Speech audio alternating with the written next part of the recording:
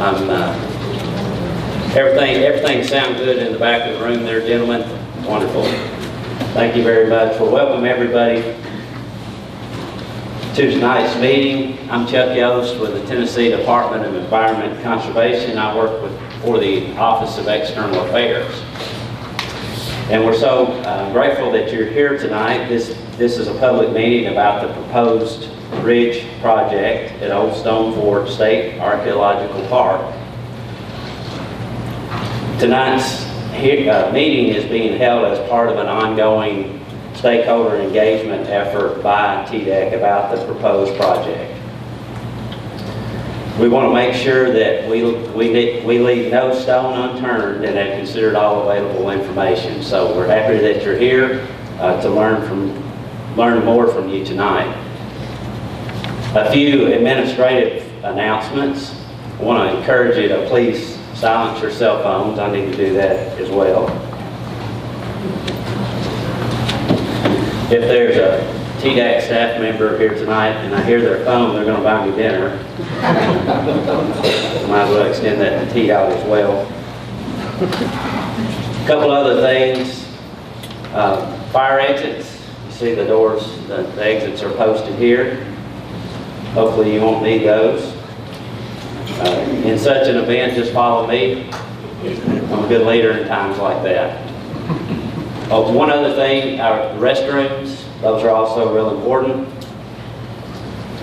And so if you'll go out that door, hang a left, they'll be immediately on the right.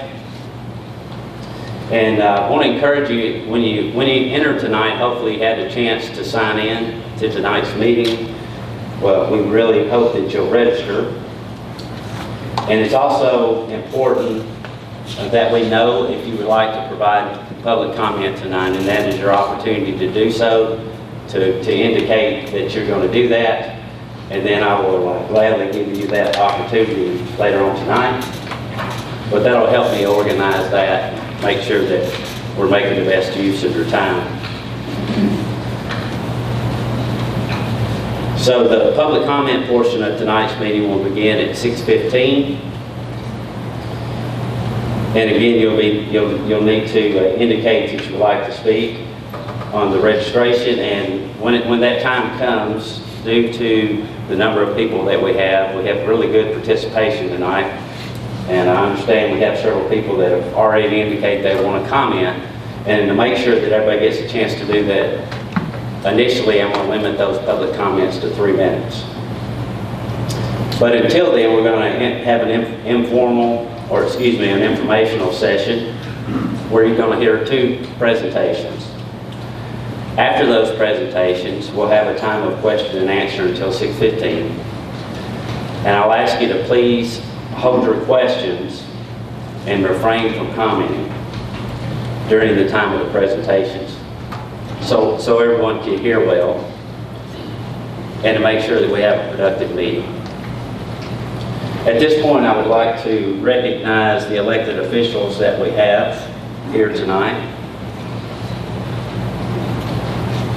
First off, I'd like to recognize some county commissioners. Tina Reed. Yeah, please raise your hand to let folks know that you're here. Donna Tony. Thank you. Dennis Hunt. Thank you, sir. We had the pleasure of meeting several weeks ago. Yes, it was. And now I'd like to recognize the county mayor, Mayor Matheny. Thank you, Mayor. Thank you for your hospitality. It's been very helpful in organizing tonight's meeting. And then Representative Russ Rickett. Thank you, sir. Glad you're here. And then Senator Janice Bowling. Thank you.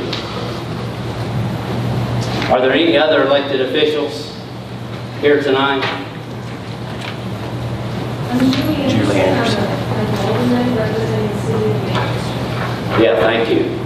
So Julie Anderson, City Alderman.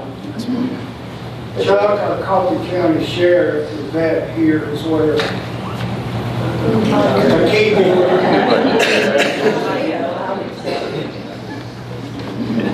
Thank you. Thank you, Commissioner Hunt and Sheriff.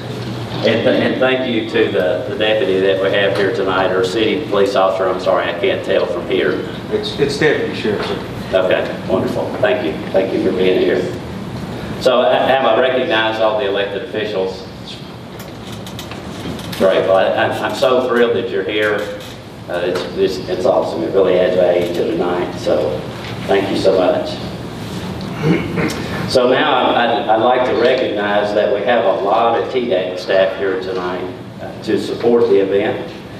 And there's too many to name, but different groups that are represented here: the Bureau of Conservation in Tennessee State Parks, the Office of General Counsel, the Division of Water Resources, the Office of External Affairs, and then Communications. So thank you for those that are here. We also have our TDAC partners that are here tonight. And if you would, with the TDAC folks, please raise your hand just to let the, did I say TDAC? I'm sorry, TDOT. Yeah, y'all might straighten me out a lot tonight. That's just the first time. But yes, if the TDOT folks will please raise their hand. So they're here. I've asked that TDOT and TDAC staff please hang out in this section so that they can be easily available to answer any questions when that time comes. So now I would like to introduce our first speaker, who is Deputy Commissioner Greer Tidwell of the Bureau of Conservation. He was appointed in July of 2022, and his responsibilities include Tennessee State Parks, the Division of Archaeology, the Division of Natural Areas, the Recreational Resources Division, Facilities and Land Management, Interpretive Programs, Strategic Initiatives, and Marketing. He has a long resume of personal and professional environmental achievement and is known widely for his influence in connecting others to nature and the relationships he has built with local governments, state agencies, and national conservation groups. So, Deputy Commissioner, I appreciate your willingness to be here and address these stakeholders. So the floor is yours. Thank you, Judge. And thanks for getting us set up with the logistical aspects of tonight. I appreciate that. As Chuck said, it was about 13 months ago that I got asked to serve as your Deputy Commissioner in the Department of Environment and Conservation, heading up the Bureau of Conservation. And that's the bureau that includes our state parks. And I just want to first of all thank you for being here and showing how much you care about this state park. Old Stone Fort State Archaeological Park is a gem among our parks. I've been coming here for over 30 years.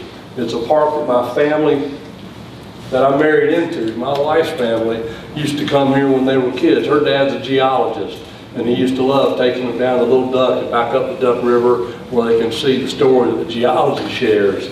So it's been an important part in our family's relationship to parks, and now as your Deputy Commissioner, it's a real treat to get to know this from the other perspective of how to operate a park well.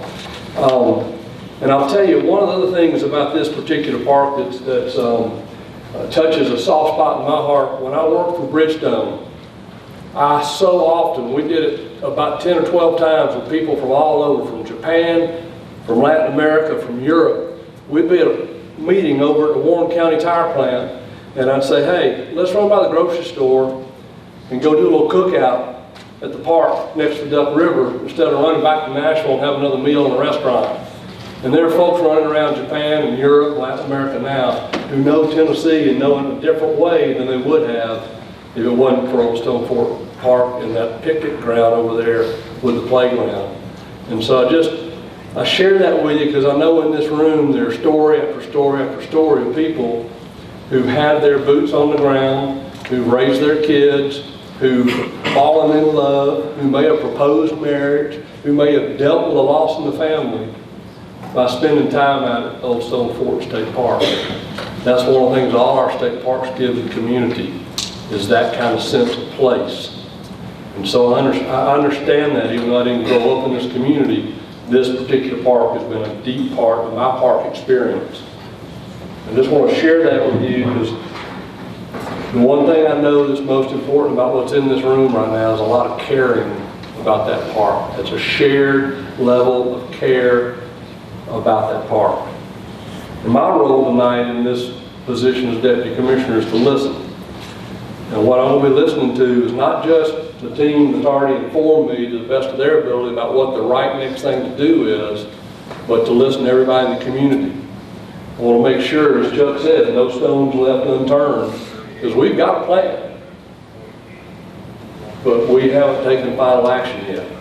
We want to make sure we're listening to the input from you to make sure we're making the best decision we can. The current plan involves providing a brand new bridge, and it's going to be a bridge, if it gets done, that's got a sidewalk on it, so people can walk back and forth across the park from the campgrounds over the rest of the park. And the plan includes moving that fascinating truss structure and preserving that and setting it up upstream of where it is right now as an overlook. So you can go up there and come out what is the Dixie Highway and connect it to the old Dixie Highway heritage and be able to come up there and enjoy that space. The other thing it's going to do, one of the things I've learned, our park managers have taught me, is when you're taking little kids out on hikes, what they really love is to have a destination to go to. So that bridge, when it's moved upstream, instead of just being a thoroughfare, is going to be a destination for hikes for the kids as they're coming in and they have something to do. The other thing, if it gets moved up there, is it serves as an event venue. So folks can host events up there. They reserve it just like they do a picnic shelter at one of the parks and be able to go up there and host an event when it's not being used as a main thoroughfare. So that's the current plan we've got right now. But as I said, tonight is about listening. I've got an open mind about this. I've gotten to listen to the input so far, but what we're looking for are new insights, new facts, make sure we're considering this from all angles. So I just want to share that with you about connection to this park, sharing how much we care about this park, and the overview of kind of the general plan that we're currently working from. And with that, I'll turn the podium over to Jacob Young. Jacob is the Area 3 Manager for Tennessee State Parks, and he'll share more details about the current plan we're working from. Along with Park Manager Keith Wimberly, Old Stone Fort falls under their jurisdiction to operate to the best of their ability and serve the public, as well as taking care of the resources, both natural resources and historical heritage resources that are so special, especially at this park. Jacob previously served as park manager at Roan Mountain State Park, Edgar Evans State Park, and Fall Creek State Park, Fall Creek Falls State Park, before coming in his role as Area 3 Manager. He's a graduate of my alma mater, Tennessee Tech University, the old Golden Eagles, and several other institutes that he's expanded his training and understanding about operating parks. So with that, Jacob, I turn it over to you and appreciate your insights here. Thank you, Deputy Commissioner. All right, guys, let me make sure everything's working real quick. Welcome tonight as we've gathered to discuss the Old Stone Fort proposed bridge project. Again, my name's Jacob Young. I've been with Tennessee State Parks for almost 19 years. I've been a park ranger for years. I've been a park manager for years. You're going to hear some of that come out. I apologize. I'll try to stick to the script, but I'm going to tell some stories. So bear with me as I tell those stories. But I do appreciate the opportunity to present to you guys this evening. I do think it's, I'll mirror what Deputy Commissioner said, it's pretty cool to see everybody in the room tonight. And whether we agree on it now or later, there's a fact. And we're all in here because we care about this park. We care about Tennessee State Parks. We care about the resources that we're sworn to protect. We care about the history. I can say that. That's what rangers do. We love telling these stories. We care about the community and the people that are coming out. So if nothing else, I think we share that this evening as we move forward. But I will get into our presentation. And just to get us started, I'm going to talk about the events that led up to the proposed plan. In 2017, the bridge was included as a replacement project to be delivered by TDOT as part of the Improve Act. Now that was in 2017. April of 2020, bridge inspectors during campground renovation rated the overall bridge condition as critical. resulting in the bridge being closed to vehicles, and it cut off access to the campground during that time. So in 2020, since that last inspection, a floor beam was found to be loaded beyond capacity, which required the immediate closure of the bridge to vehicular traffic. It has a deteriorated substructure, superstructure, and the most damaged elements are actually underneath the decks, not visible from the deck area. The truss bridge is a fracture critical structure, and if a fracture critical member fails, then the entire bridge can fail as well. More on the events leading up to the proposed plan. In August of 2020, TDOT, TDEC, and elected officials met with Country Club Drive neighbors regarding the temporary entrance, and at that time, Country Club Drive neighbors were adamant that this be maintained as a temporary entrance. In November of 2020, TDOT, with the input of TDEC, completed the preliminary planning document for the proposed replacement project. Okay, I'm going to reference this map if you guys can see it, and if you haven't got the chance, you'll have the opportunity to come up. I know some of you guys in the back might not be able to see these, but just talk a little bit about the proposed plan. First of all, we want to preserve and relocate the truss upstream on an existing bridge pier to serve as a river overlook. And if you've been up and looked at that map, that would be here. It's where it's currently at, and we're proposing to move it here. The bridge pier that's existing is sitting right there at the edge of the riverbank. And so that's what we're proposing. This is the Garrison Road Trail. Many of you guys have hiked that, I'm sure. And then there's an old existing section of Highway 41 that goes down through the road there, and or through the woods, and it will tie right in to the proposed new location for the truss. Next, we would construct a safe bridge for vehicle and pedestrians to access the campground from the main park entrance. And your main entrance, as you know, is right here. Current bridge, this is where we're proposing the new bridge. And then to convert the Country Club Drive entrance to a service entrance only. And that would be here. This is where the temporary entrance is.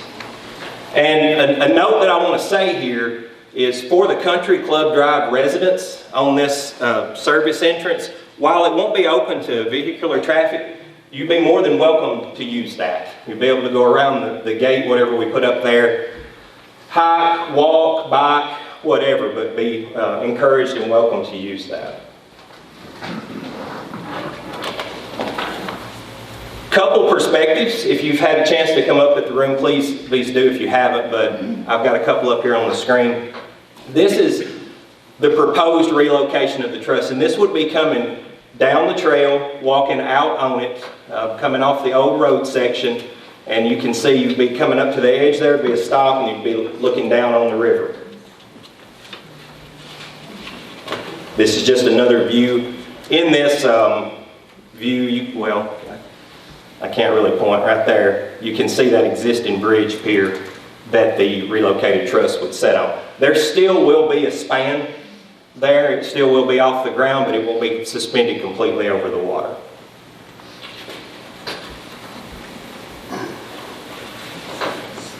And this is a picture of the safe vehicular pedestrian bridge that we're proposing. This bridge will be positioned in the same spot as the current bridge, and this is in an effort to reduce any environmental impact. It will also, and I'm going to talk more about this in the presentation, it's going to reestablish direct access into the campground for employees, visitors, and it'll again be one way. It'll only be one way, but it will be a wider bridge than the one currently. It's going to have a raised sidewalk for pedestrians.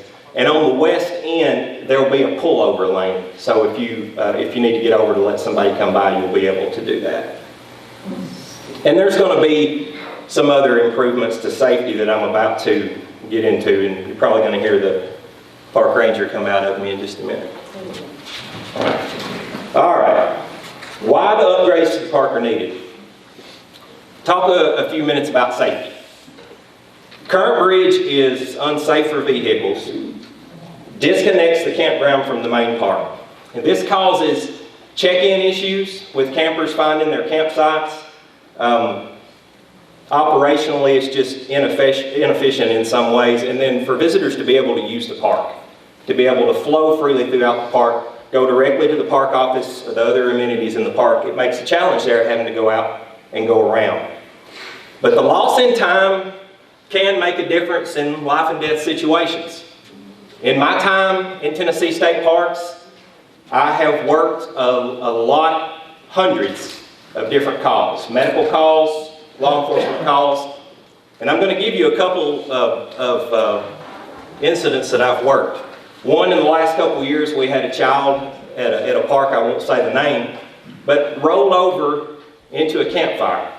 Was a toddler, was sitting on the edge of the campfire, and actually rolled over into it. Parents were distraught, beside themselves. It's not uncommon, but they weren't really a lot of use to the situation because they were panicking. Time was of the essence. We got to this child, stabilized, landed a helicopter in the park, and got them to care. We've had multiple domestic assaults in parks. We've had multiple cardiac events in parks.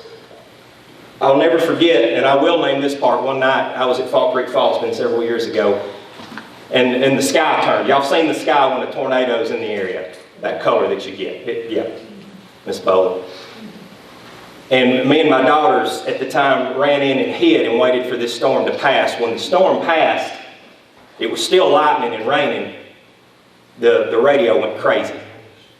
Multiple dispatch calls coming out to the park, and what had happened is a lot of trees had fallen on campers, and we had kids trapped, we had dogs trapped, we had people trapped, all kinds of things were going on in the campground, and time was of the essence. So being able to directly get in there was important for us to be able to do that.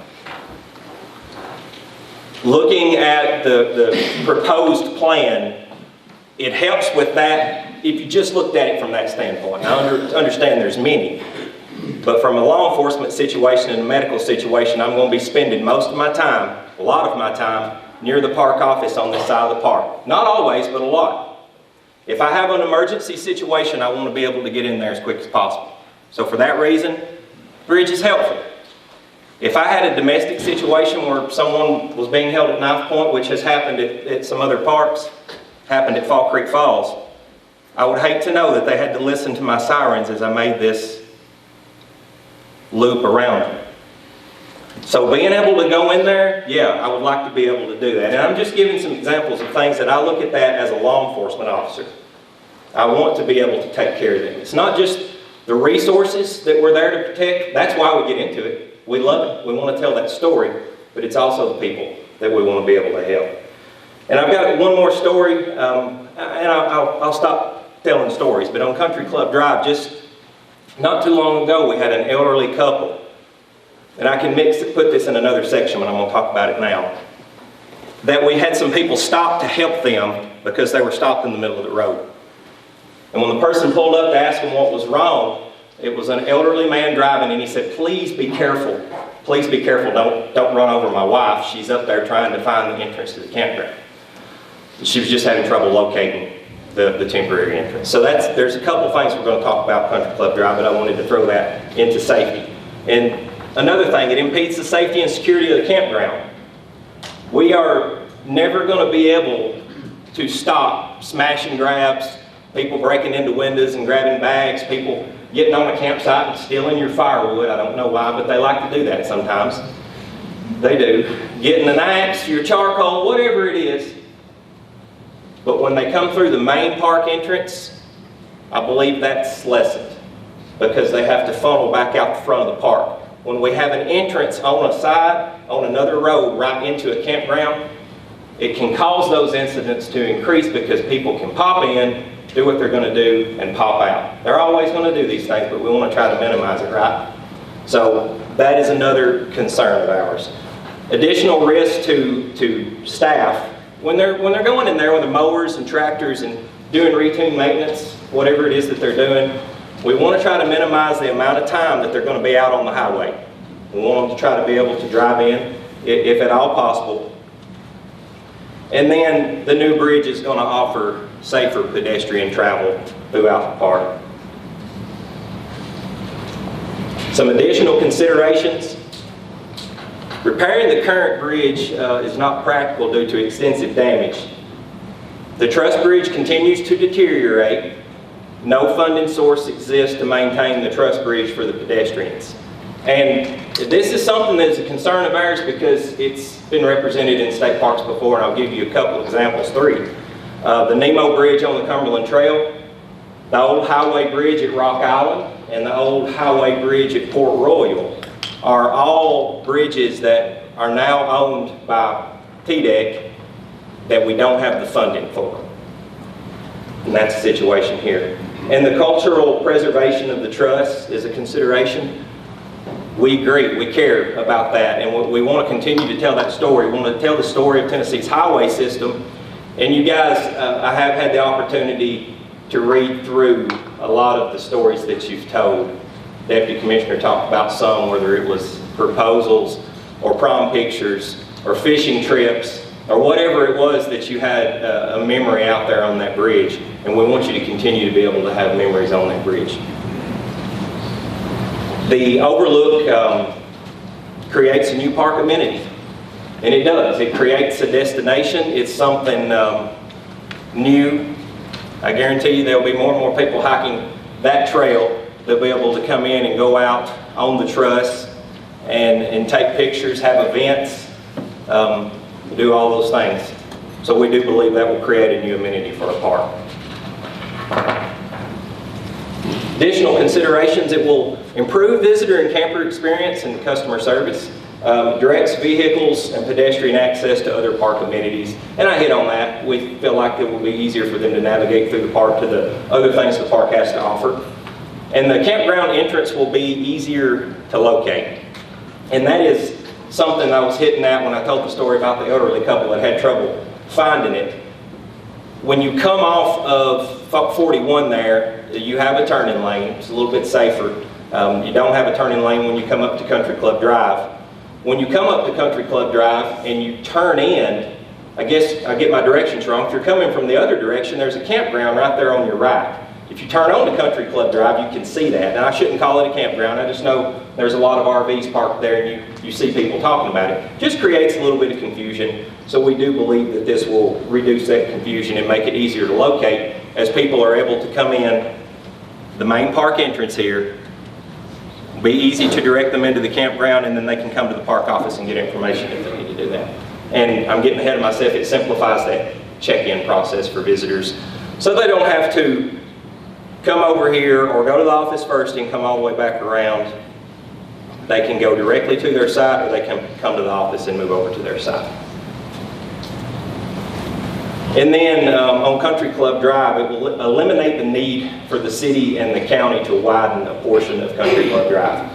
And folks, we feel like that would be inevitable if we kept it that. And then everything I'm saying tonight, this is proposed, but if we kept this as the permanent entrance, we believe this road is going to have to be widened. And the reasons are, we've already seen comments where folks are having to pull over, and I know this is not for every camper that comes down through there. There's some small rigs, small vehicles, but there's also some really large rigs and large vehicles, and folks are having to pull over to let those guys by, and you're seeing the roadway deteriorate as well. So we do think that that's going to have to be widened and possibly a turning lane put in here, and possibly on 41 as well, if that was made to be permanent. Another consideration is TDOT will resurface Country Club Drive from Highway 41 to the campground service entrance. And again, our commitment for the entrance to be temporary that we made early on. Okay, I'm going to talk for just a few minutes about the stakeholder engagement, and I'm going to read some of these things to you. In 2020, Country Club Drive, I won't talk any more about that, the Country Club Drive neighborhood meeting. In 2022, per federal requirements for a project on historic properties, TDOT sent 10 Native American tribes, 8 local groups a report with the project description. It was mailed to Coffee County historic groups and organizations that might be interested in the proposed project. There was no response from these groups. In 2023, Chuck Yost of the Office of External Affairs has had regular interactions with stakeholders throughout the year in 2 stakeholder meetings with park loyalists, elected officials, and park neighbors. Also in 2023, for federal requirements for archaeological sites eligible for listing on the National Register of Historic Places, TDOT public noticed the use of the Garrison Road Trail for the project. No public comment was received.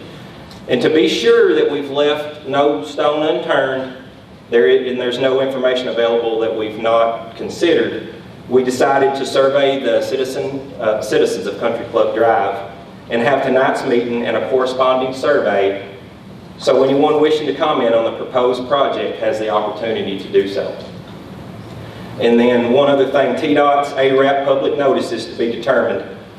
Some future stakeholder engagement will be public notice for a TDOT Aquatic Resource Alteration Permit, assuming TDOT completes an application to TDEC, which is in the process. TDEC has made no formal determination about the ARAP, and this permitting process is separate from tonight's meeting. I'm going to take the next few minutes and go over some frequently asked questions. And what I'm going to do is just read the question, and then I'll go ahead and read the answer. What will the project cost, and what are the funding sources? Approximately $8.5 million. Relocating the truss will be approximately $480,000. And it is included in the $8.5 million. Resurfacing Country Club Drive is also included. The construction will be 100% federally funded. Why can't funding be used for other projects in the park? This funding cannot be reallocated to other park projects. Number 3, what will the environmental impact of the project be? We talked a little bit about it, but to minimize environmental impacts, the new bridge will be built where the truss bridge is located. And the relocated truss will utilize an existing bridge pier on the bank of the Duck River. There will be approximately 85 linear feet of temporary impacts due to haul roads and truss destruction relocation. And the proposed project location, and 148 linear feet of permanent impacts due to riprap and bridge impacts. 148 linear feet is about 50 yards. Design controls to minimize erosion and maximize sediment removal will be designed for a 5-year, 24-hour storm, and tree plantings are proposed to mitigate trees removed during construction. Number 4, what about the inconsistencies in the TDOT bridge inspection reports? TDOT does its inspection reports at a minimum of every 2 years. Their inspection reports are going to note deficiencies that are discovered since the last inspection. Typically, they will not repeat previously noted damage unless it's changed. So that should help with alleviating any concern on the perceived inconsistencies. Number 5, what alternatives were considered? TDOT examined the following alternatives: do nothing, rehabilitation, and abandonment, and all were found not to be prudent or feasible. The do nothing alternative would leave a substandard structure, dangerous bridge for vehicles in the park that does not meet current design standards for modern vehicle weight and dimensions. This would also be a problem because no funding exists to maintain the current bridge for pedestrian use, and the benefits of the much needed new bridge would not be realized. The rehabilitation alternative would require extensive repairs that are both cost prohibitive, and it would change the characteristics of the valued truss. The abandonment alternative, or constructing a standard bridge in a different location while leaving the current one in the same location. That would require extensive construction within the park in order to build a new roadway on a new alignment, and would have much more significant environmental impacts, and could potentially be located in an area of the park contributing to its archaeological significance. Significantly increased construction costs and lack of funding to repair the truss bridge also make this alternative unfeasible. And when is construction for the proposed bridge or project estimated to start? Construction is estimated to begin in August of 2024.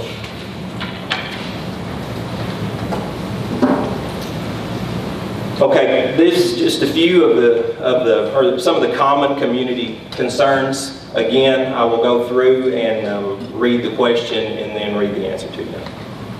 The current bridge is an icon, historic, cultural, and aesthetic value, and we agree, and that's why we're preserving the trust. Hey, Jacob, reframe those as comments, not questions. Oh yeah, I'm sorry. These are just common comments and concerns, not questions. The current bridge is an icon, and we agreed to that. The project is fiscally irresponsible, and we appreciate this concern. We're fortunate to have federal funding available to both preserve the trust and construct the much-needed bridge that will benefit park guests, the park itself, and the community. Again, construction will be 100% federally funded. Another concern, number 3, the proposed bridge may be less safe. The new bridge will adhere to Federal Highway Administration and TDOT safety standards. Next concern, funding should be used differently in the park. This funding, again, cannot be reallocated to other park projects. Number 5, concerns of ecological damage, and we acknowledge the biological significance of the Duck River. It's within our mission to protect it. One of the reasons this alternative was selected is the new bridge will be constructed within the footprint of the current bridge, therefore minimizing the environmental impact. Furthermore, the construction activities will be done following environmental protection best management practices. And then number 6, a new campground entrance is not needed if Country Club Drive is widened and repaved. But a new bridge is needed for the reasons that we've shared earlier in the presentation. The new bridge will be visually displeasing. The new bridge was designed with the state park in mind and its positioning. The aesthetic trust will be preserved, and the new bridge will be an asset for the park, the visitors, and the community. And guys, that concludes my presentation. Turn the floor back over to Mr. Chuck Yost. All right, very good. Thank you, Jacob. And just a few follow-ups from the presentation. And these are related to the estimated cost of the project. I got an updated estimate today from TDOT about relocating the trust and refurbishing it as proposed by this plan, and that would be the figure that was mentioned before was $480,000. However, the new estimate for that is $740,000, and again federal funding. So just wanted to make sure that we were sharing the latest information, and that was information that was so new I wasn't even able to relay that to Jacob before the presentation. And another thing, I noticed a reaction to the higher cost estimate for the overall project. I know a lot of the conversation up to this point has been around a figure of $5 million, and many of you all have talked to me about that, but the $5 million was a planning level estimate done in 2020, and we all know things are different now in 2023, but the $8.5 million for 2023 was completed last month and is based on the current full design and estimated quantities of construction materials. So just know that's what that difference is about.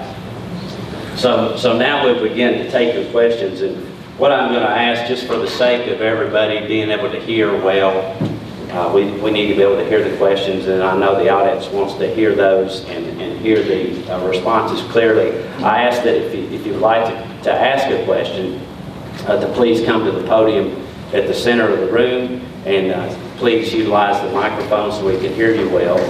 And if you already know you'd like to ask a question, feel free to come forward to the podium. Now this is not the time of public comment, so just be aware that we haven't transitioned to a time of public comment yet.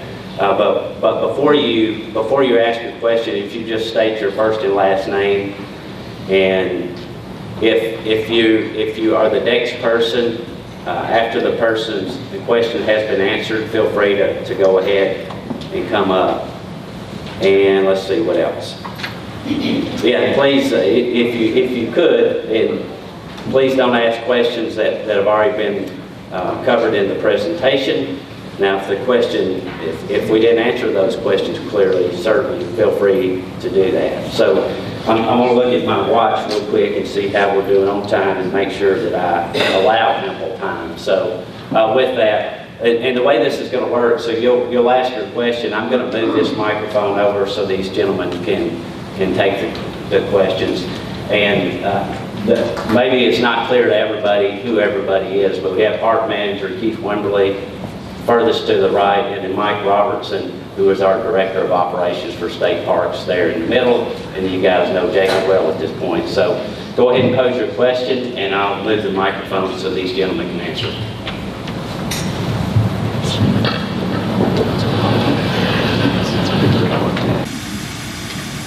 Janice Bowling, and thank you all for being here. And I am the state senator for this county and this park. And it's a very important part of who we are in Coffee County and who we are in Manchester. And the Truss Bridge has become an archaeological artifact in and of itself. But what I wanted to say tonight is that there are many people here who have been working on many questions and answers and research on the bridge and on possibilities of restoring the bridge with the minimal work that it needs and leaving it in the same place. And so with that in mind, what we're going to ask is if you would listen carefully to these alternatives that you have presented, and certainly we appreciate what you presented tonight. But if we can assure you that that bridge could be fixed for $230,000 or less, and we could do it according to PE stamping, we would be asking that you would seriously consider your proposal. So the Country Club residents are now in line with saving the bridge, widening Country Club Road, as you mentioned, and leaving the new entrance open. The campers have been polled, and they are in agreement that the new entrance is unanimously preferable over a one-lane bridge. Repairing the bridge would solve all the environmental issues, the financial expense issues, the historical preservation issues, the citizens overwhelmingly supporting saving the bridge issues, and leaving plenty of funding for the future maintenance, which is expected to be less than $1,500 a year, if that.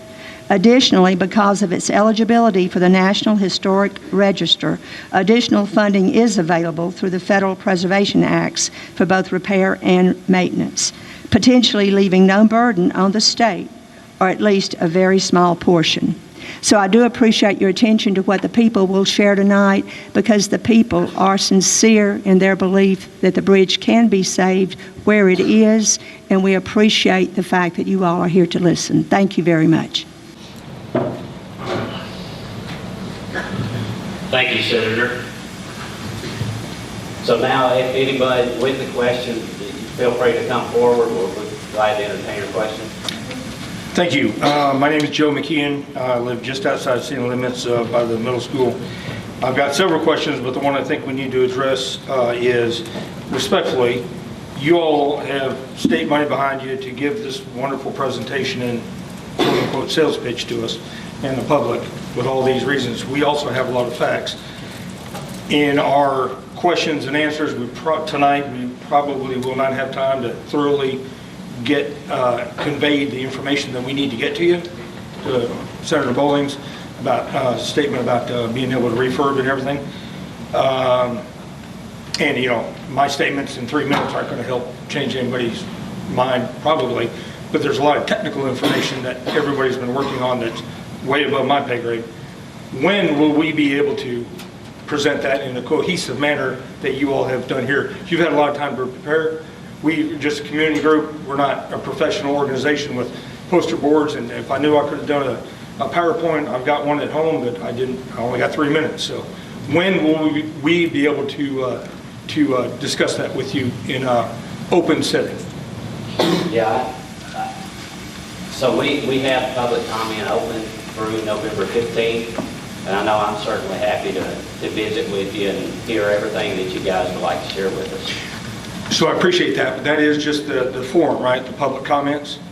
But this, I believe, with what we know and what we are folks that have worked on this so diligently with professionals, that know about these kind of bridges, it's not going to be just a little 1,500 word comment on a web page. It's something that we need to be able to present and discuss in depth. Meet with your, I don't know if you have engineers here or who, but you've got what, 13, 15 people here all together, and we're just a community group, but we have some information, but we need the chance to be able to present it in a cohesive, solid manner as you all are doing here. You just got 45 minutes, roughly 40 minutes, and I got a few minutes here on a discussion or a question, but my comments are only get 3 minutes, so it's not a fair exchange of ideas. So I want a commitment from you all, whoever, that we can get that time set so we can be able to present our side of the story in a cohesive and professional manner that these people are doing. Can I get that commitment from you? I can commit to you that we're wide open to any information that you have. How do we engage that floor? And we're accepting that information until November 15th. And I'm certainly available to you and will involve the proper staff as we can. So we have, what's today, the 3rd, 4th? So we have 10 days to put this together, or can this be done after the open comments session? Well, you can share the information between now and the 15th. Okay. I think that's abundantly Right, no, I understand. apparent at this point. And then, throughout the rest of this meeting tonight, that's an opportunity for anybody here who would like to comment to do so. 3 minutes is going to be tough to do that, but I'll defer. Thank you. Yes, ma'am. Hi, my name's Susan Finger. I'm from Tullahoma. I've worked at Old Stone. I used to work at Old Stone Fort for many, many years. I love this bridge. I'm glad you're thinking about keeping it somewhere, but are you going to keep the whole bridge or just part of it as an overlook?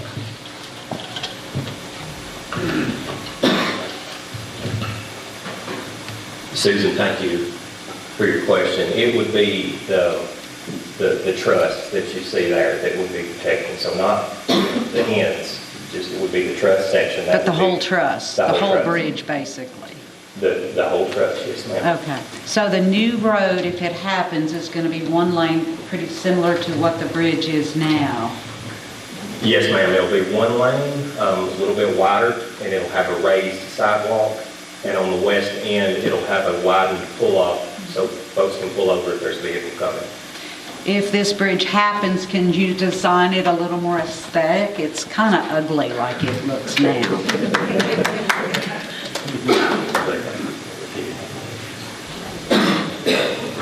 Well, the bridge is designed with a park setting in mind, so we counted. Well, it looks more like just a bridge over any creek or river here in Tennessee. It doesn't say Unique State Park, it says road, bridge. So can it be redesigned to more pleasing design? I'd recommend you share that again during the time of public comment. Well, I'm asking the question now. Well,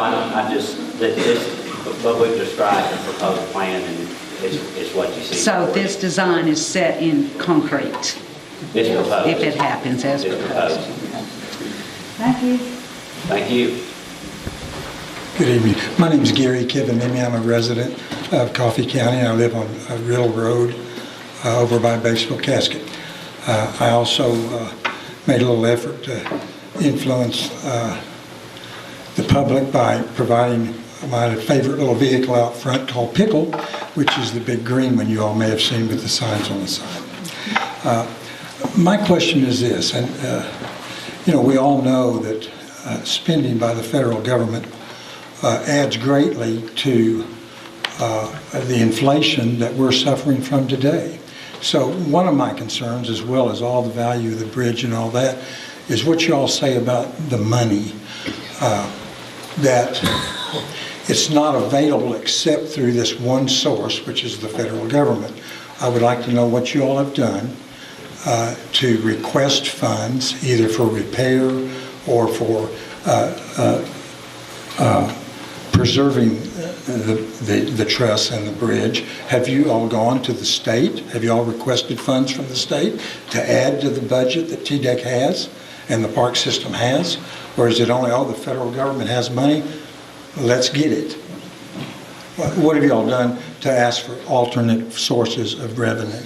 We haven't asked for those sources of revenue because the bridge, repairing the bridge is not feasible. Based on the number of, or the extensive damage to the bridge, the number of repairs, the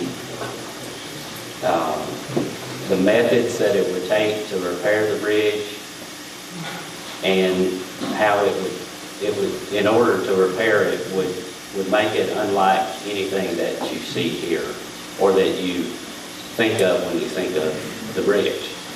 So because of the totality of those circumstances, including the exorbitant cost, it's just not feasible. So therefore, this is the proposed plan, and the federal funding is available, and we see it as an opportunity for park guests, for the community, and for park management to be able to enjoy all those benefits that were shared in the presentation. The other thing I wonder is, I assume you all have some people on staff that are marketing people. It fascinates me that I don't see a plaque on this bridge that's been in existence longer than any American citizen is alive today. In other words, when that bridge was first built, there's not a single person alive in America that was on this planet when that bridge was built. So, I mean, that speaks to the historical value of it. But I don't see a plaque out there acknowledging the history of the bridge or using it as the asset that it is for people to come and visit it and do their weddings and take pictures with family. It's as if it's only by the public's intuition to know to go do that it's not been marketed as that at all. There's no parking close to the bridge. It seems to me like it's almost an afterthought. It was, in other words, just a bridge. And I'd like to see you all consider the really marketing asset that it is, and wonder what you've done to do that. Well, thank you for those comments. Yep. Yes. Well, that's actually a question. We agree to the value. We agree to the value, which is why we propose to preserve it, to relocate it, and have it be a key asset for the park where it's relocated, and interpreting it to our guests. I'm going to have to allow the next people to ask their questions. After that, after the two to follow, another opportunity. I'm going to transition us to public comment. But thank you. Hi, Sarah Bradley. I live a stone's throw from Gary and Pickle. I have a few questions for you. One is if the estimated cost includes an estimation of lost revenue from campers who may choose to vacation at other parks during construction. I am also curious when and where we will be able to find this data about increased property crimes in campgrounds with a separate entrance. I kind of would think the opposite would be true due to the secluded entrance and the lack of through traffic, but I'm a numbers gal, so I'll believe it when I see it. So where that data would be posted about the increased property crimes that we are mitigating with this.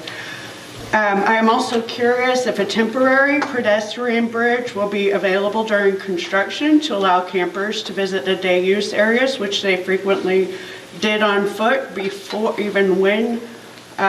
the bridge was blocked at first by a small sign, and that the barriers have gotten larger and larger.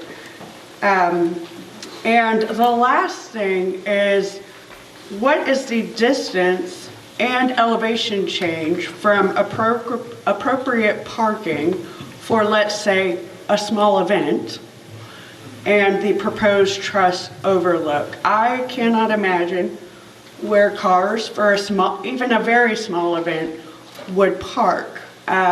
Garrison Trail is accessed through the campground. It is a rarely used trail, very rarely. One of the best kept secrets in the park, I'd say. You could startle an animal going through there because they rarely see humans. So I'm just curious about this long walk. Grandma and Grandpa, I don't know how well they're going to handle that, so I'm just curious about the use of this much more removed. It's closer to the highway and the noise of the busy world, but very far removed from any parking that I'm aware of. And I've reviewed all the profiles, the plans, the design drawings. I don't see any additional parking. So I'm just curious how this vision is going to work in a practical way. And I don't need those answers now, they can come later. Thank you, Ms. Bradley, for your questions. Just realizing we don't have much more time, are there any of those that stand out to you guys that could be easily answered now, or would you like?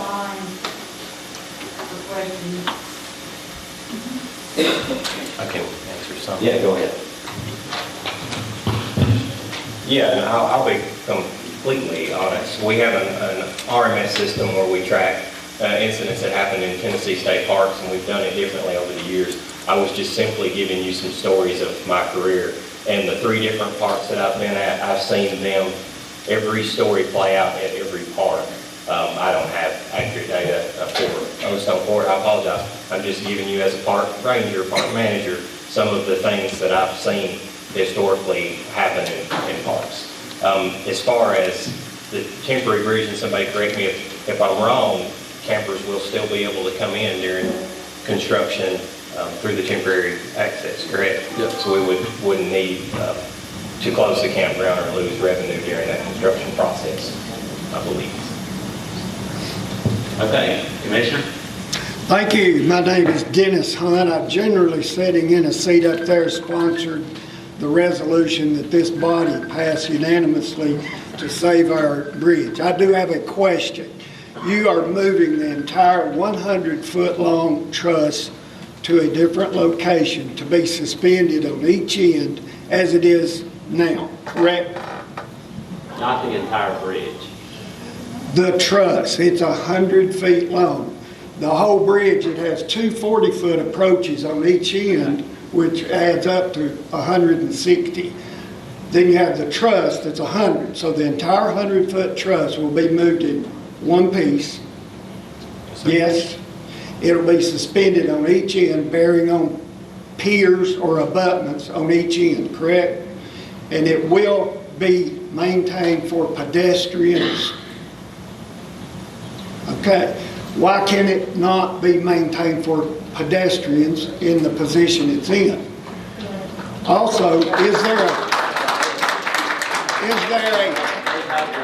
a TDOT bridge engineer here? Is it true that pedestrian ratings are actually greater than vehicular ratings as far as sufficiency? The load rating. The load rating? That's what I've been told by an engineer. So if it's going to be suspended just for pedestrian, it's going to have to be repaired to the pedestrian rating if it's going to be used for pedestrians. So that was my question. Is it going to be, why can't it stay where it's at? So I do appreciate the technical data. There was a lady behind me. Could she please ask her question? No, you asked it. Oh, okay. Good job, Commissioner. You took care of that. So thank you very much. All right, so at this point, I'm going to transition us to receive public comment. Answer Jay's question? I'm sorry? I didn't hear an answer. The answer is Southern. Sorry if I left something undone. But the funding does not exist to repair the bridge long-term to pedestrian use where it currently stands. This project, excuse me, pardon me, but this project allows for for it to be relocated and refurbished. Okay, the federal funding is there with this project, but it's not without this project. So I understand that, yeah, I know that's a little tough to swallow. However, that is the absolute truth. That's the way it works. So anyway, okay, so bear with me now. I want everybody to have a chance to make their comments. So now I'm going to transition to the time of taking public comments. So hopefully you've indicated on the registration sheet that you would like to do that, because that's what I'm going to use to recognize folks. This portion of the meeting is being recorded. I realize there's other recordings happening, but TDEC is recording it so that we'll be sure to capture comments. I'm going to look to one of my colleagues and just look for a thumbs up that somebody's prepared to do that. So we're all good with that. Now, also be reminded that on the agenda is a QR code that you can take the survey if you want to provide comments by November 15th. And be reminded this is the time for sharing comments. And in case we haven't answered all your questions, we'll hang around after the meeting to help accommodate the questions that you weren't able to share over the last few minutes. Again, I'm going to have to, because so many people here, we want folks to be able to say or be able to comment. I'm going to limit those to 3 minutes. What I'll do is I'm going to be keeping time. So you'll have 3 minutes. And in order to help you know when the time comes, I've got some cues here to let you know you've got 1 minute left, and then your time's expired. But you'll also hear an alarm, which I don't like alarms either. But it's a good way to give you that heads up. We respectfully request that you keep to the time. And in case somebody's time runs out, and if time allows at the end, then we'll allow people 2 more minutes if needed. But I have a feeling that we'll get there. Let's see what else. I've been told that there are some folks here that want to share a recording of someone else who could not attend. We have asked for you to indicate that on the sign-in sheets as well. In case you didn't realize that, if I call your name and you're going to share a recording of someone else, then if you will please wait until we've allowed everybody that's here sharing their own remarks. I want to allow those people to go first. So everybody that's here to share their own remarks should go before those that want to share a recording. I please ask that you be respectful of everyone and refrain from disruptive behaviors, because we have limited time. We want to be efficient with it, and we want to be sure everybody gets a chance to comment who wants to. All comments made tonight will be given the same consideration, and only comments relevant to the proposed project should be made. So at this time, I'll call a few of the names of the folks that wish to comment, and as we did during the question and answer session, when I call your name, if you'll please come to the microphone, and if a few of you will line up behind that person, and then when it's your time to speak, just please share your first and last name. And then in case you're representing somebody else, would you please let us know who you're representing? Yeah, so that's how that'll work. So at this point, I am going to call on Jennifer Parker.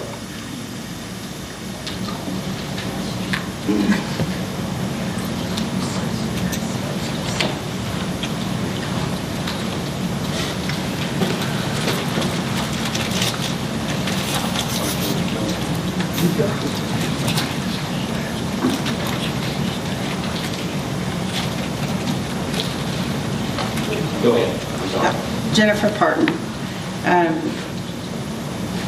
I think based on everything that we've said tonight, that you know how we all pretty much feel that we should try and work to save the bridge and not relocate it. So I don't know, there's a gentleman here that I think would really like to meet with you and share some information, and I really wish that you would take the time to sit down before you leave tonight and make sure that you set up a meeting to discuss that information with them.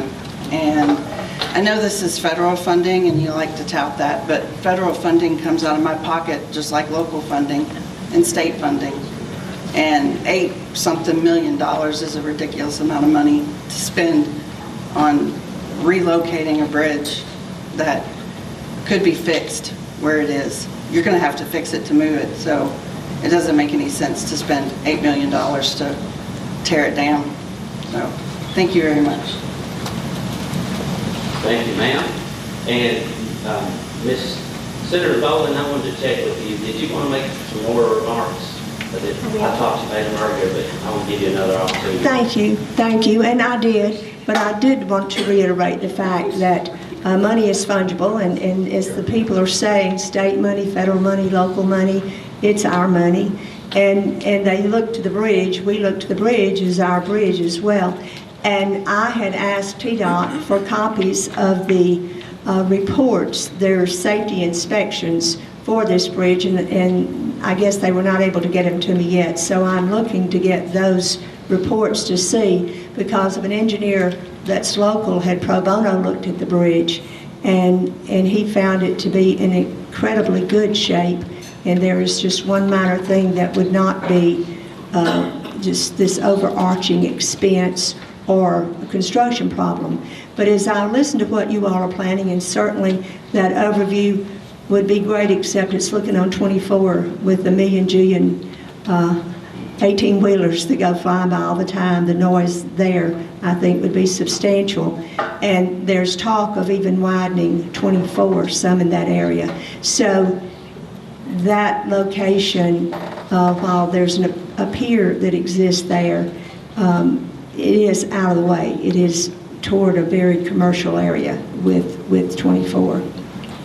But all in all, I feel like the bridge can be saved, and if it can be saved, I think we all have a fiduciary responsibility to save it. And it's not only to save it for fiduciary purposes, but also for the environmental purposes and for the aesthetics of the entire park. That is iconic as you come into the park. And the people of Country Club Drive, as I said, are very much, and you're saying you would go ahead and widen Country Club Drive because you would still have that temporary permanent entrance, whatever. So those expenses will still be incurred. I just would ask that you all do listen carefully, and I thank you for being here, and look forward to any further discussion or questions that you might have of me or of any of the others. Thank you very much. Thank you, Senator. All right, let's see. I have a Faye Stacy.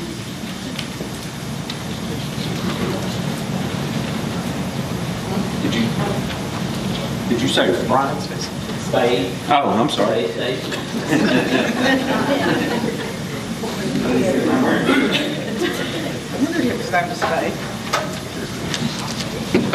My name is Faye Stacy. I've lived here all my life. I've seen this bridge my whole life. I just had 2 of my granddaughters' senior pictures made on this bridge. And to me, if you can restructure the bridge for an overlook and make it safe, then you can restructure it where it's at. And I have talked to campers, and I have talked to Country Club, and they're for keeping it. They're for keeping it. So, you know, maybe you need to do a new poll. You polled it back then, but the people didn't get a poll. The actual community that's here, we didn't know nothing about this till the last little while. So just to spring it on it and say it's proposed and we're going to do it, that's not right. And $8 million is a lot of money. And it sounds kind of like the things they're voting up yonder in government. We'll pass this bill if you let me tack this one on it. And that's not right. That's not right. I think there's a way around it. I don't know how it is, but there should be. Thank you, ma'am. Brian? Yeah, come on up, Ryan. Thank you. My wife told me I need to get my hearing aids checked. Thank you.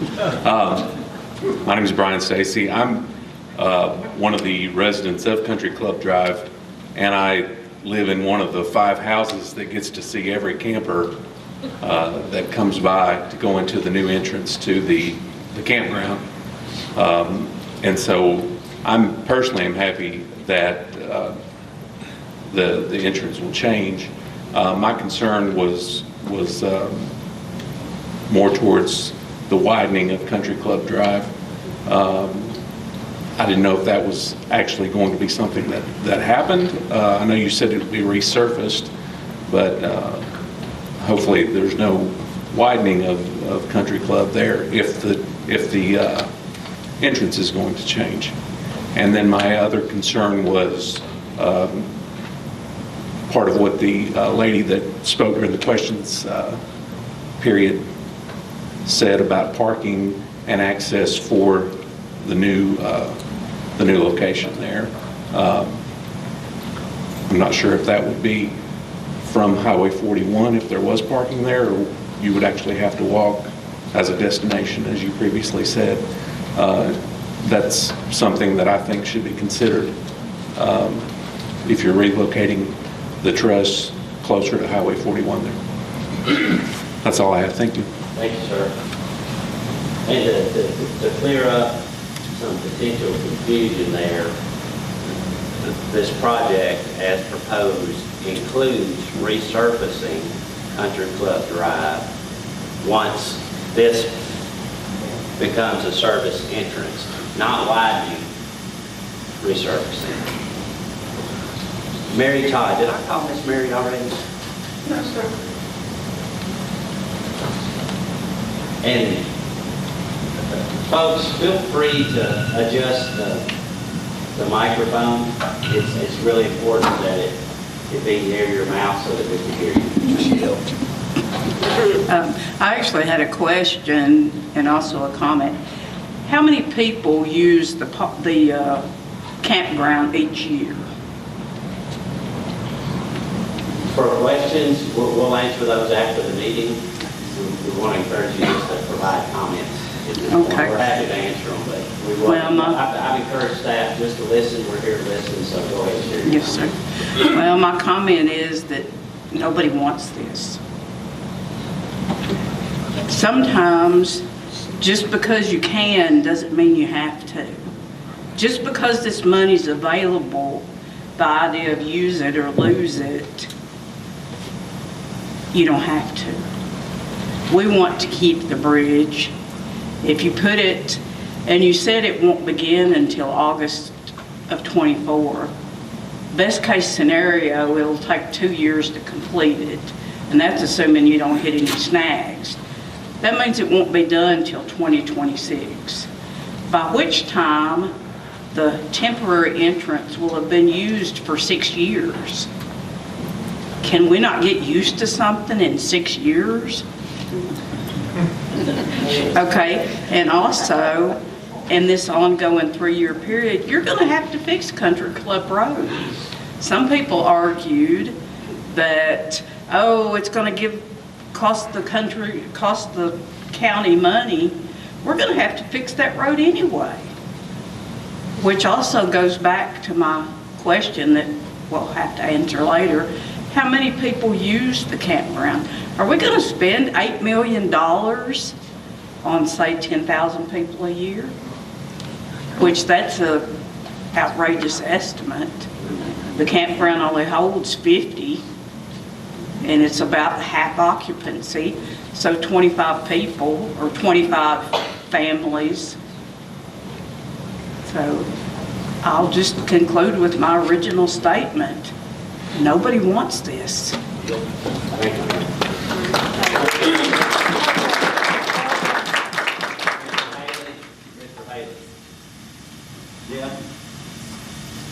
Yeah, please hold your applause, but you can tell it already affected the ability to get Mr. Haley recognized. Go ahead, sir. My name is Jeff Haley, and I just want to say I'm a lifelong resident of Coffee County. I have fished under that bridge many times, which I'm sure many in this room have, and fished off the bridges. And haven't been to many parks in several states. I have to say Old Stone Fort is one of the prettiest parks that I've ever been to. Keeping that bridge is a plus. It can only be a plus to Old Stone Fort. And what really disheartened me is when they tore down the U.S. highway, the 41 bridge, which was a very historical bridge, but that's water under the bridge now, you know, so. But we don't want that to happen to this. And from my understanding, it being one of the last truss bridges in the state, if that's right.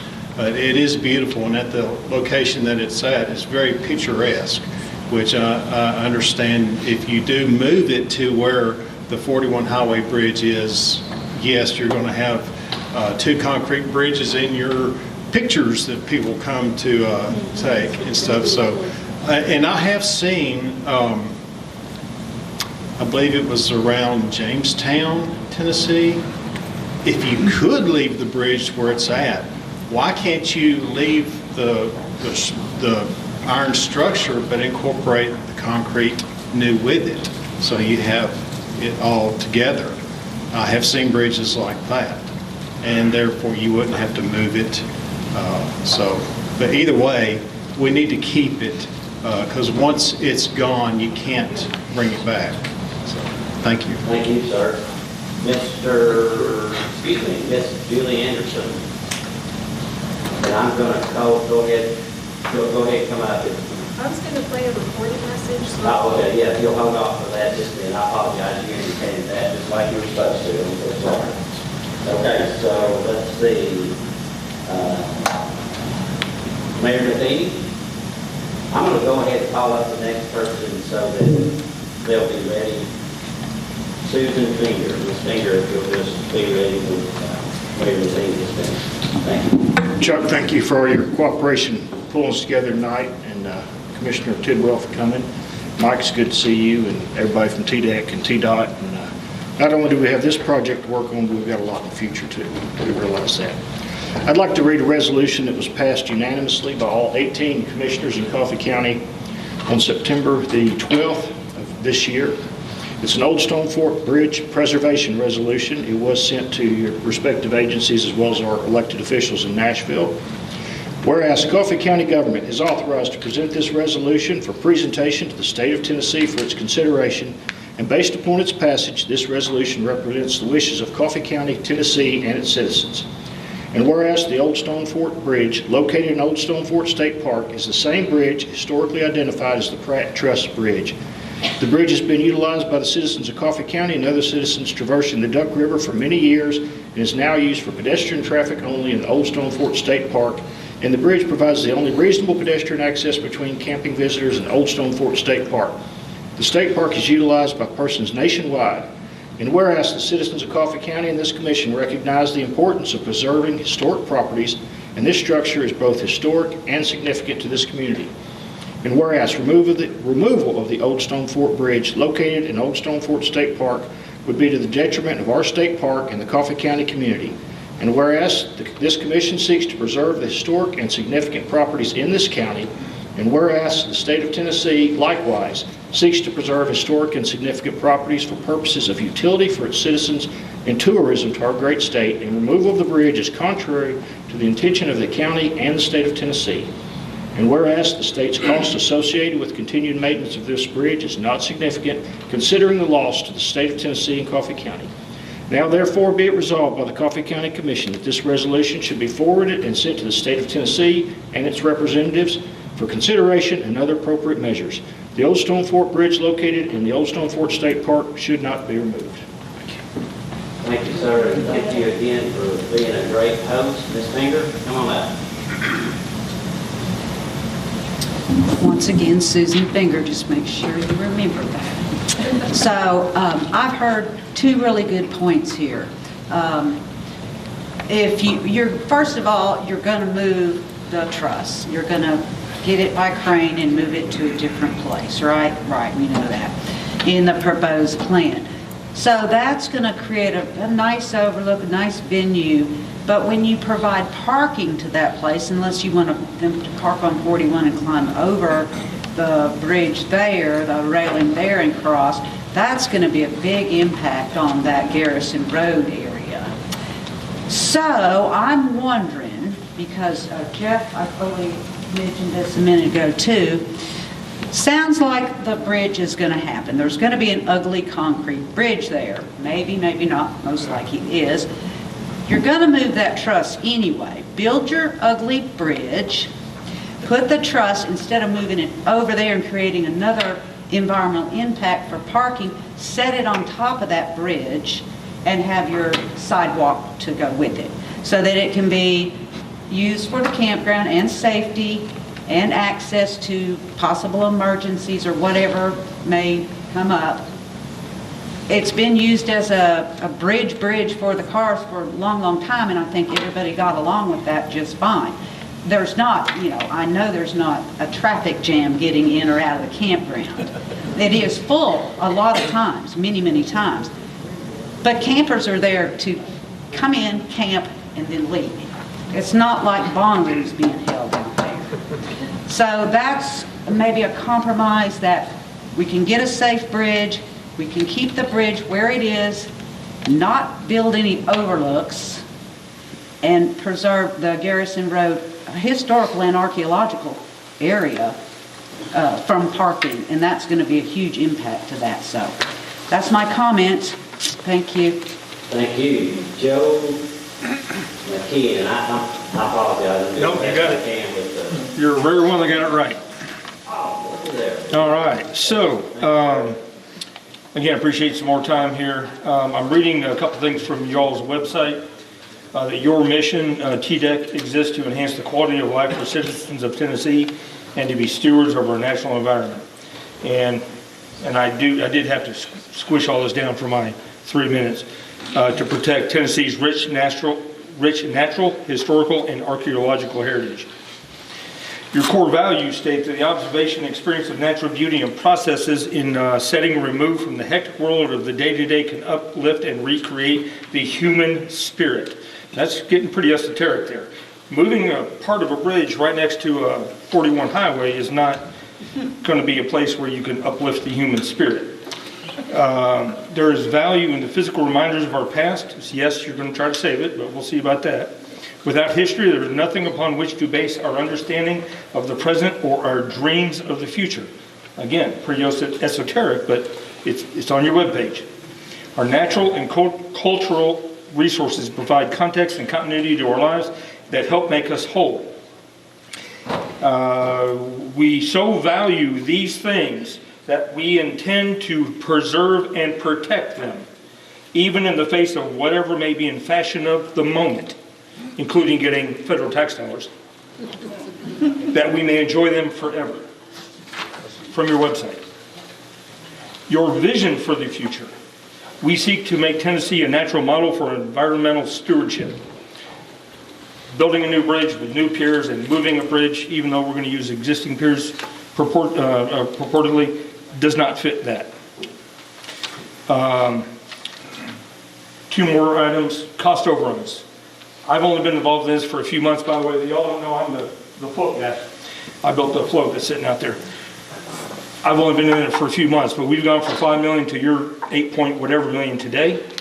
And by the time this all goes through, we know it's going to jump up. And then I did some research. 91.5% of all projects, infrastructure projects, state and federal, are cost overruns of at least 25% up to 80%. So the end result is going to be 16, 20, whatever $million. And the other thing I'd like to state is, again, a lot of us are late to this. For various reasons, but we have not had time as a loose community organization with a bunch of concerned citizens to be able to gather up and present, and I know I'm going back on what I said earlier, but to present this kind of stuff. And we don't have time for rebuttals in this format. I believe we should have a longer than a November 15th deadline. We should have in-person meetings, and we should be able to present our technical expertise that we have gathered. Thank you. Thank you, sir. If I could now have Jimmy Jernigan to come forward. And then also either Joe or John Todd, I'm not sure which one would like to speak, but if one of them would go ahead and line up and speak after Mr. Jernigan. And then we will then have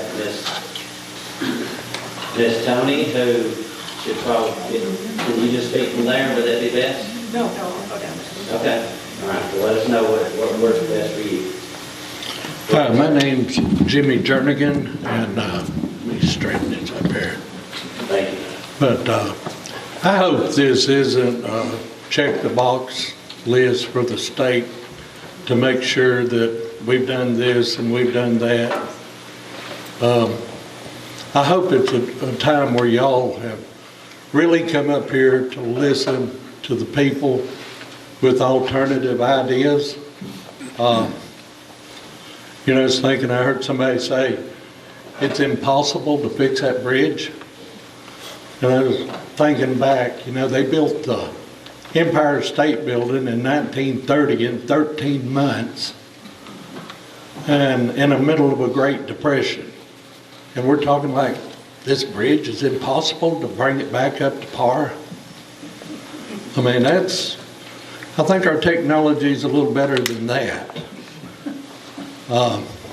And I really, and you know, if you guys would get behind what the people want here, that park is tremendous. It is such a jewel right here in Manchester. Not only the bridge, but you see the Chamber of Commerce using it for their advertising. You see the city using it for their advertising. We own a real estate company and it's on our website. I mean, that, if you just look at it, it just draws you to it.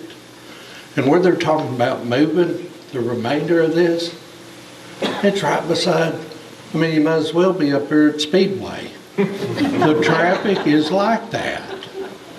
I mean, your statement, and I'm just hoping that, you know, I know you guys have a job to do, but I'm hoping that somebody, the powers to be higher than you guys, will listen to what the people want, and once it's gone, like Jeff Haley said back there ain't no bringing it back. And how many parks would love to have that sitting in their park?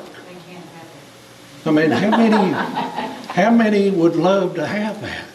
And I think about that picture where the mayor of Manchester and the old park ranger standing there in front of that and how proud they were.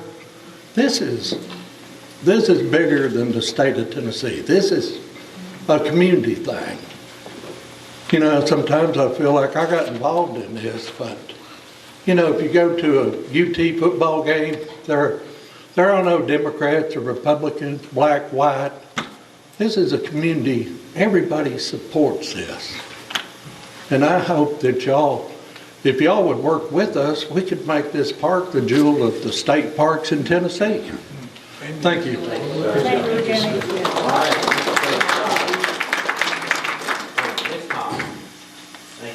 I'm Joe Todd. I just have a couple of things to say.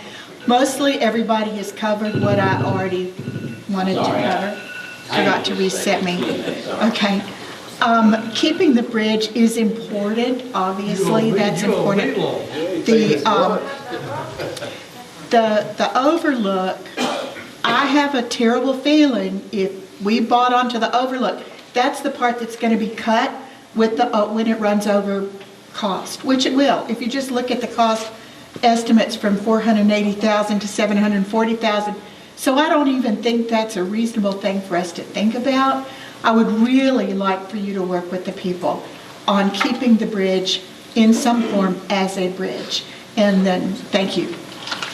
Thank you, and I apologize for that disruption. Some of you might be able to relate to this. Once you reach 40, about this time, you have an alarm goes off, says take your pill. I apologize. So, yes, ma'am. Donna Tony, and I'm the Coffee County Register of Deeds. My job every day is in preservation of records all the way back to 1836. And it is very important to the people. The people love history. They come in our office just to sit and read the old English script writing in the big, huge 30-pound books. I know that my little office, as one of the 95 across the state, Tennessee, the state, and that funding of 8.5 million. I know that we want to look at a more conservative way to preserve our history, and the big thing should be to preserve the bridge. I am a 2-time resident over into Country Club. I'm on the corner of Country Club and Pinehurst. I can tell you, I have not passed a camper in 60 days. I come home at lunchtime. I'm in and out in the morning and in the evening. So there's not been a lot of traffic. I am a camper. I gave up my camper to build this new house because I was going to be right at this park.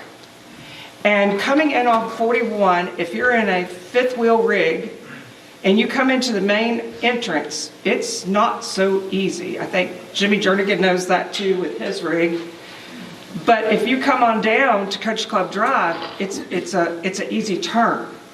Now, Country Club Drive, there's more housing going to go on fronting that road. That road's going to have to be widened anyway at some point because of the more construction that's going to happen in the field right past the couple of houses right before the cabin. The other thing is there's people in this room that have kayaked this year. They have been under this bridge. They shot these awesome pictures because I've been down there trying to get down by side the ground, trying to look up under it. I've been around a lot of construction. And these pictures show me no flaws. And so I have to question and I ask for your time to be spent on re-looking at that bridge because we've seen it underneath. I've got close-up pictures on my Facebook page. I can't, in all different sections of it. And I can't find anything wrong. The other thing is I question why haven't we utilized that bridge continually for the park ranger with their ATV vehicles or whatever else you want to call what they're riding in to do groundskeeping and so forth, and even to patrol. They can come across that bridge. This is a 1906-07 bridge.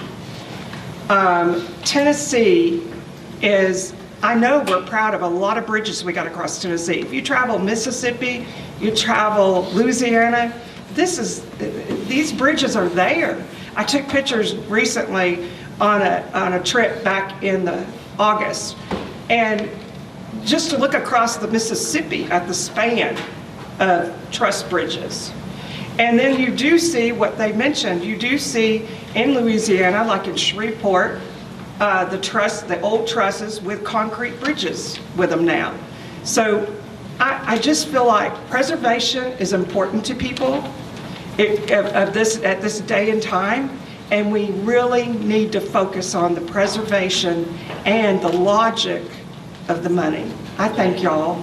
Thank you.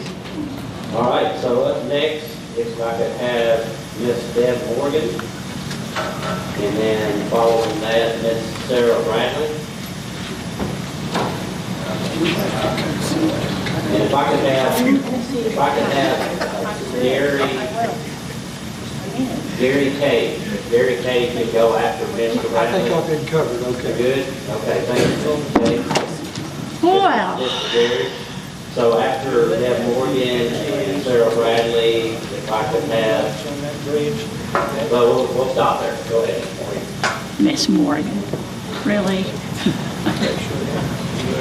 All right, well, I don't know where to start, but y'all have just put out a planning and public participation page. Thank you, dear. You're welcome. And you've said some things that are in direct contradiction to this proposal. Some people have brought it up, like my friend Joe there, but I'm going to go over it again. I wanted to be a little bit more upbeat and positive, but your presentation here tonight was very concerning because it contained a great many misconceptions, misstatements, and non-factual issues. I have documents here, if somebody would only be interested, like Joe said, in giving us a roundtable discussion on how to deal with these issues.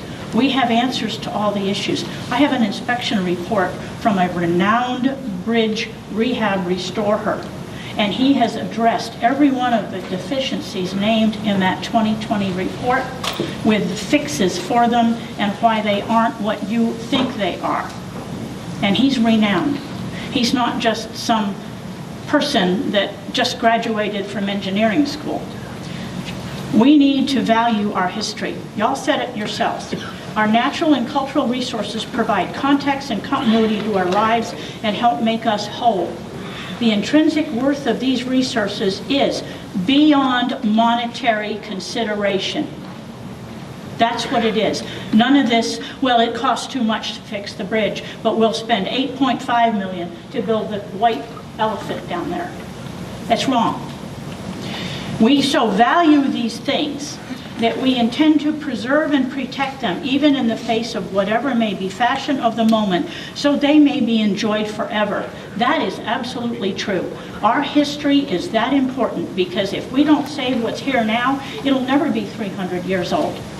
And in Europe, 300 years is nothing, but it's because they didn't tear it down when it was 117 years old.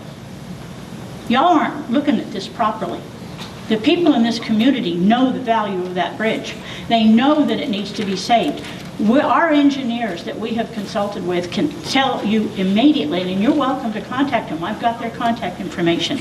That bridge can be repaired to a PE stamp for vehicles, whether you want to just use it for your maintenance and your emergency access, for less than $250,000. And that is a fact. That's not an assumption. I've got reports, I've got evaluations, I've got people that you can contact. Stop it, guys. This is just somebody wanting to build an ugly bridge. There's nothing wrong with that bridge that it can't be repaired and utilized for what it has always been utilized for. That entrance off Country Club was designed to be permanent. Anybody that looks at it knows it. And I have got documents from Country Club residents who say that they have been told by TDOT it was permanent back then. How do you explain those things? Let's get together and we can talk about these things and really get this solved. Thank you.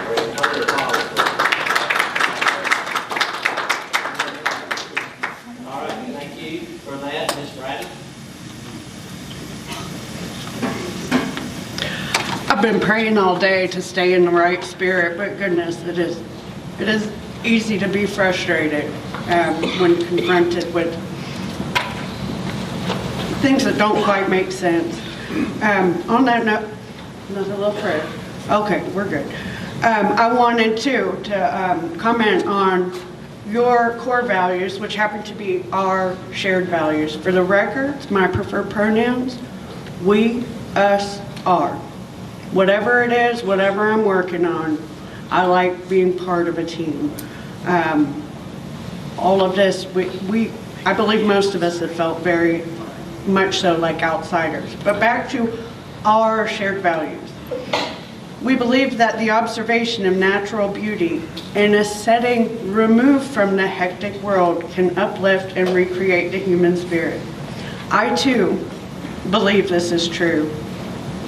The current location of the bridge makes it an ideal place for respite and reprieve from the world, even when time is limited.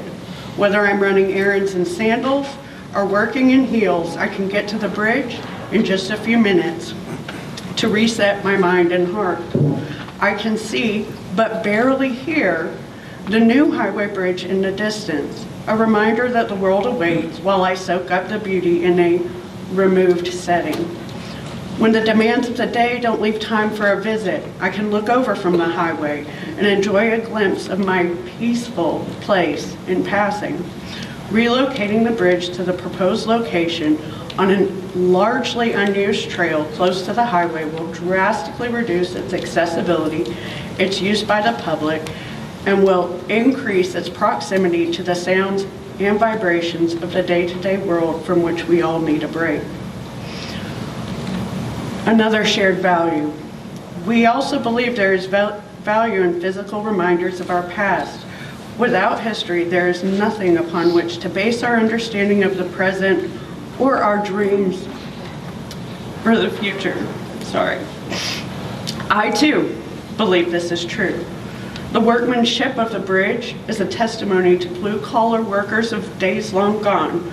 Not only the steel workers who built the span and carefully cut each flower without the benefit of modern technology, but also the loggers who harvested the wood, the carpenters who cut it square, and the laborers who laid it true and right.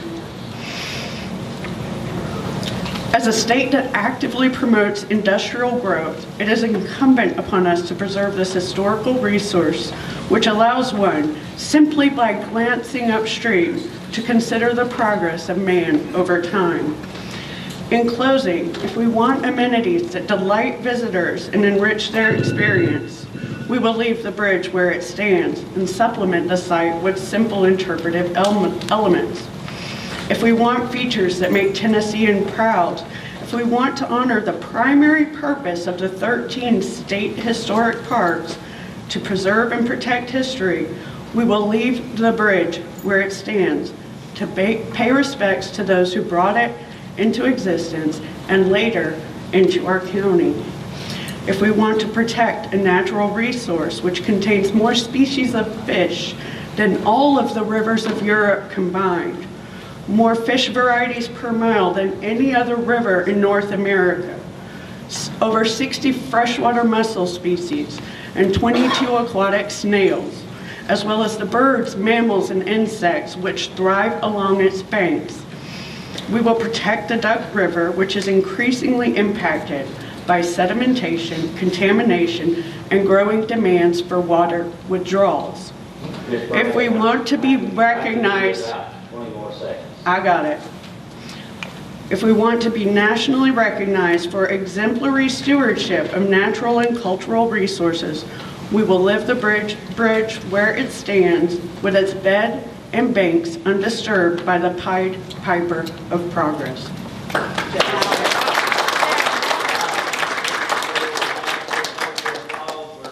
We're doing well here.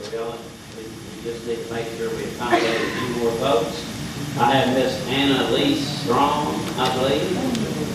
Hopefully I messed that up too bad. And then Jennifer Martin. I've already gone. Okay, thank you for letting me know that.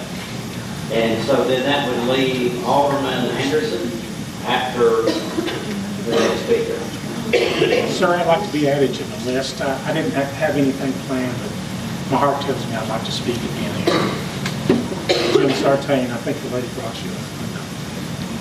That's exactly right. You're exactly right. I do have that. Thank you for reminding me. Yes, ma'am. My name is Annalie Strom, and I'm a current resident of Country Club Estates here in Coffee County. The reason I decided to speak about the historic Old Stone Fort Bridge here tonight regards the concern of the Coffee County Central High School cheerleading squad. I'm a senior on this year's team, and I chose to speak on behalf of our school's traditions. Just in this past month, the entire cheerleading team and coaches came together to retake our traditional Old Stone Fort picture. We gathered around this magnificent bridge in respect to our community's history. I believe that history plays a big part in our lives. As someone who has this passion, I chose to spread more awareness by promoting the idea of preserving our history and bringing this inspirational message to our community. I believe that it is extremely important to tell more people about the importance of our history. This bridge is a perfect example of why our history should stay intact, due to its gift of bringing us peace and creating a community between our past and present times. Our high school has taken the same picture of Old Stone Fort for many years, and it would be tragic to see that go. With our community's help, we can spread awareness and save our beloved bridge. Thank you. Thank you. Mr. Jim, if you'll come up and, okay, that's fine. I'm Julie Anderson. I'm an alderman with the City of Manchester, and I brought this resolution for consideration to the city. I did just want to say on the record that whenever we met, Chuck, I asked you if this decision about the bridge would have any relationship to the ongoing negotiations with the City of Manchester with the sewer, and you assured me that these two things are unrelated. Is that correct? That's correct. Okay, well, I just wanted to get that on the record. And now I have some comments from a constituent who couldn't be here, and I'm going to play those, okay? Yes, ma'am. Bill Goldston, I'm so sorry I was unable to attend tonight, but I was forced to be out of town. I appreciate this opportunity to voice concerns about the removal and replacement of the Old Stone Fort Bridge, and in my opinion, destruction of a historical monument. That's an important part of our community's identity. I would consider myself a lifelong resident of Manchester and Coffee County. Although I've had to go away for schooling, the military, and some jobs have taken me away, I've always considered Manchester and Coffee County to be my home. During my lifetime, I've seen a lot of positive changes, and I think we have a bright future. But I feel like there's been some historical losses along the way. Where other communities seem to be able to preserve their past, all too often Manchester seems to lose theirs. Too many times I see that as being short-sighted or just due to financial expediency. If you were lucky enough to see Mr. Northcutt's artwork on your way in here, you'll see parts of the historical structures that gave Manchester its identity. Take a look on your way out. Too many of those places are gone. Our old depot's gone. Our old jail building's gone. Many mills, factories, and storefronts gone when they could have been repurposed in other communities. Our beautiful median, grass line with decorative lampposts going through downtown Manchester, gone. Growing up, I remember 4 of these beautiful bridges. Now we're down just to the one, Old Stone Fort Bridge. The first bridge to go was the Waite Street Bridge, the one-lane bridge leading into Manchester. A lot of people believe that's the bridge that was moved to Old Stone Fort in the 70s. That's incorrect, but it lessened the pain of losing that beautiful bridge. The Powers Road Bridge was taken down to have a bridge that could support high traffic. Then most recently, we lost the old 41 bridge going over the Duck River when inside the Old Stone Fort Bridge. It would have been great to incorporate some of that steel work into the new construction just for a facade, but it didn't happen. I feel like maybe one of the reasons there wasn't more objections to so much loss of our past is we thought we could always count on Old Stone Fort Park and our Old Stone Fort Bridge. That bridge is very important to our community identity. It's used in marketing for the Manchester City, Coffee County. As a member of Coffee County Industrial Board, I can tell you we tout our park, and that bridge is a visual symbol of our area. I don't think that the removal or replacement of that bridge and possible destruction of historical value is inevitable. As a matter of fact, I do believe it would be short-sighted. I ask you to join with us in the preservation of our Old Stone Fort Bridge and prevent the destruction of our historical, cultural identity. Thank you. All right, thank you very much.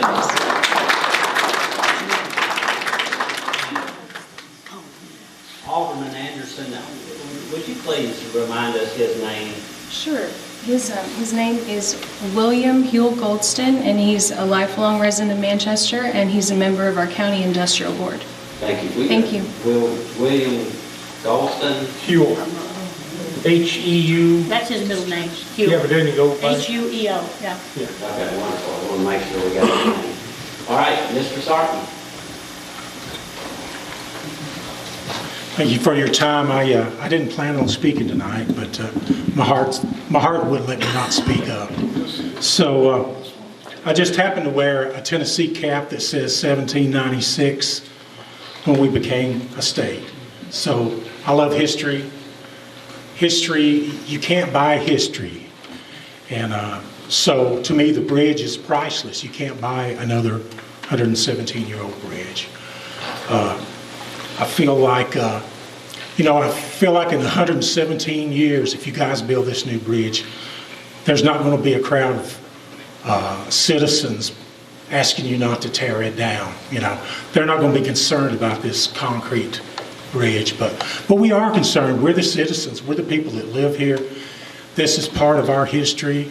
This is part of our heart. I just feel like the decision has already been made, and they're not willing to listen to us. We only get one chance to save this bridge, and if we lose this battle, then anyway, I'm just concerned. like I said, I love history, and I just wish you guys would give more time for reconsideration. If you're going to throw that much money into building that, don't tell me we can't repair the bridge as it says, you know, I mean, really. But thank you for your time. Thank you, Mr. Sargent. Well, thank you everyone for your comments.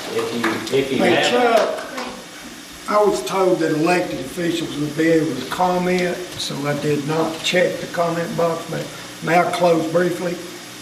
Yeah, you have. Comment. Yeah, public comment. Correct. 3 minutes, yes, sir. I'll try to do this in 3 minutes. This one reminds me of the Andy Griffith Show where the old horse pulled the milk wagon and he had to be retired, and we're sort of treating the bridge this way. This bridge is not flesh and blood. It can be repaired from now on. First thing that's going to happen is a big 50-ton low boy with a 100,000-pound excavator is going to pull into the main entrance, probably screw up some of the pavement, offload, start tearing down trees. The collateral damage of the tall trees he's taken down, he's probably going to take some trees out that you've marked for safety, for saving. There are the two 40-foot approach spans that are setting on an abutment and piers on either end, creates a now bridge that is 260 feet long, and the proposed new bridge is 320 feet. You're using the same alignment, but you're using none of the concrete piers that look nearly like they did the day the forms were ripped off of them. They're in excellent shape. So the next thing that's going to happen, you're going to haul in thousands of tons of riprap and crushed stone, building a road down into the riverbed, if I'm not mistaken, where cranes and excavators will be working for weeks, if not months, if not years, for the whole project's length. You know how you have to whisper when you're boating? The sound of those hoe rams are going to make a living hell for the people that live in Country Club upstream to the Morton's Lake subdivision. Therefore, the invasive ecological impact on the river, the aquatic life, all of the stone that is going to be put in there for construction will have to be dug back out. The debris from the demolition of the existing piers and abutments has to be hauled out, and you're going to have just an endless stream like an ant farm. Nobody living near, nobody visiting the park, nobody camping at the park is going to enjoy it. So I hope that everybody, I know I understand it because 50 years I've been in business as a crane service. I've set T-dot bridge beams from Dyersburg to Athens, Tennessee. I know what the construction aspects of this and how bad it's going to be for the community and the park. Appreciate you listening to me. I really appreciate all you guys showing up. I know there's a lot of things you guys would rather be doing than being here listening to everybody gripe. But I surely hope that you take most of these things that's been said tonight to heart, and I do applaud your presentation. Thank you. Thank you. Thank everybody for your comments, and I want to remind you the option to continue to comment through September 15th. And again, thank you for your participation. At this time, I'm going to adjourn the meeting. I appreciate your participation and cooperation. And again, if you'd like to stick around for just a few minutes, have any remaining questions answered, we'll be packing up and doing some different things, but there'll be some folks around to answer those questions. Please travel safe and have a great rest of your evening.